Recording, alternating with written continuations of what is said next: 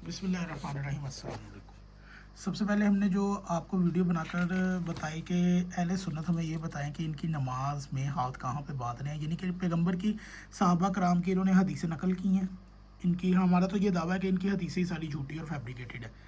तो सबसे पहले जो इन्होंने पैगंबर की नमाज अब्दुर्रहमान बिन अब्जी साहबी रज़ी अल्लाह ताला अन्हु से पेश की, उसके लिए आप उससे पिछली वीडियो देखिए। फिर उसके बाद इब्ने मसूद की नमाज जो उन्होंने पैगंबर की तरफ वाली पढ़ाई, वो वीडियो देखे। आज हम बताते हैं जी अबू मूसा अशरी अबू मालिक अशरी, ये भी सहाबी रसूल है और ये पैगंबर की आपको नमाज पढ़ाने का तरीका बताएंगे। तो आप जब ये हदीस सुन लें तो हमें ज़रूर बताइएगा कि आपको ये क्या नमाज समझ आ गई है। तो हदीस की तरफ चलते हैं। मैं आपको बताता चलूँ कि ये हदीस भी मुस्नद अहमद बिन हम्बल की जिल्द नंबर 1 और सफ़ा नंबर 548 में है। और वो साहब का दो हदीस जो इब्ने मसूद की हैं और एक और सहाबी थे अब्दुर्रहमान बिन अब्जी, उनसे है। तो आज हम ना अबू मालिक अशरी की हदीस पढ़ के सुनाएंगे कि उन्होंने नबी की नमाज आपको कैसी सिखाई है। अब्दुर्रहमान बिन हम रवायत करते हैं कि एक दफ़ा पैगंबर अकरम के सहाबी अबू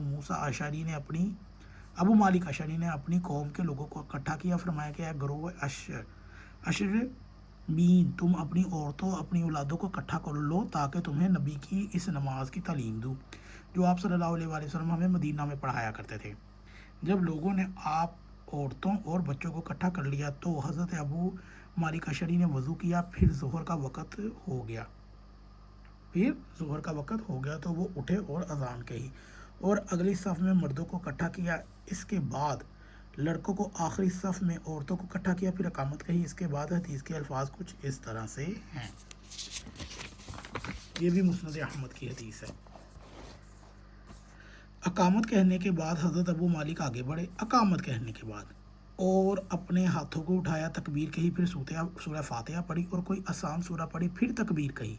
हाथ कहाँ पे बांधने हैं ये नहीं बताया। पिछली भी हमने दो सहाबा से जो हदीसें लेके आई हैं उसके अंदर भी कुछ भी नहीं है कि हाथ कहाँ बांध रहे हैं। वहाबियों वाले बांधने हैं, बरेलवियों वाले बांधने हैं, देवबंदियों वाले बांधने हैं या कादियानियों वाले बांधने हैं।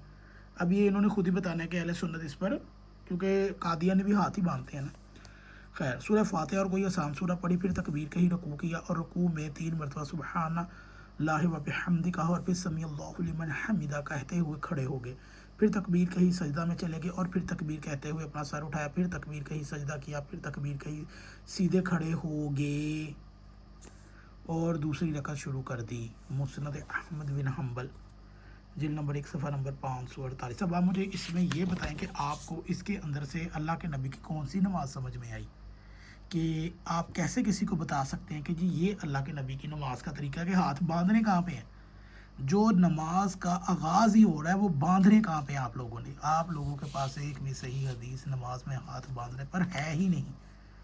तो आप हमें जो हमने आपको 3 हदीस मुस्नद अहमद बिन हम्बल से बताई हैं कि उसके अंदर कैसे आप नमाज बांधने का तरीका बता सकते हैं लोगों को। अगर आपको वीडियो अच्छी लगे तो ज़रूर शेयर कीजिए।